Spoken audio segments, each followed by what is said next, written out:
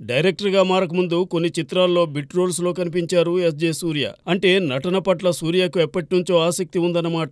స్వీయ దర్శకత్వంలో న్యూ సినిమాను నిర్మించి మరీ హీరోగా కనిపించారు సూర్య. ఆ తరువాత కొంతకాలం తన దరికి చేరిన పాత్రలు పోషిస్తూ సాగిన సూర్య ప్రస్తుతం ఒక్కసారిగా బిజీ అయ్యారు. ఈ మధ్యకాలంలో సూర్య ధరించిన విలక్షణమైన పాత్రలు ప్రేక్షకులను ఆకట్టుకుంటున్నాయి. తమిళంలోనే కాకుండా తెలుగులోనూ సూర్యకు తగ్గ పాత్రలు లభిస్తున్నాయి. నాని సరిపోదా శనివారంలో కూడా సిఐ దయాగా సూర్య ప్రేక్షకులను మురిపించారు. రామ్ చరణ్తో శంకర్ రూపొందించబోయే గేమ్ చేంజర్లోనూ సూర్య కీలక పాత్రలో కనిపించనున్నారు. అటు తమిళం ఇటు తెలుగు చిత్రాల్లో బిజీ అవుతున్న సూర్యను చూసి అతని శకం మొదలైందని తమిళ తంబీలు అంటున్నారు. సూర్య కీ రోల్స్లోనూ విలన్గా నటించిన Monster, Nenjam, Marappadhillai, Maanaadu, Don, Mark Antony, Jigarthanda XX, Raayan సినిమాలు ప్రేక్షకులను అలరించాయి. ఈ చిత్రాల జయాపజయాలెలా ఉన్నా సూర్య నటునిగా మార్కులు సంపాదించారనే చెప్పాలి. ఈ నేపథ్యంలో సూర్య కాల్ షీట్స్ కాస్ట్లీగా మారాయని వినిపిస్తోంది. ఒకే రకం పాత్రలో కనిపిస్తున్న ప్రేక్షకులు మొహం మొత్తకుండా నటించడమే సూర్య స్పెషాలిటీ అంటున్నారు సినీ జనం. ఇప్పుడు నటునిగా బిజీ కావడంతో డైరెక్షన్ను పక్కన పెట్టేశారని తెలుస్తోంది. అదికాక ఆయన డేట్స్ కోసం నిర్మాతలు క్యూ కడుతున్నారు. ఈ నేపథ్యంలో సూర్య పారితోషికం కూడా పెంచేశారని సమాచారం. ఏదేమైనా క్రేజ్ ఉన్న యాక్టర్స్ కు నిర్మాతలు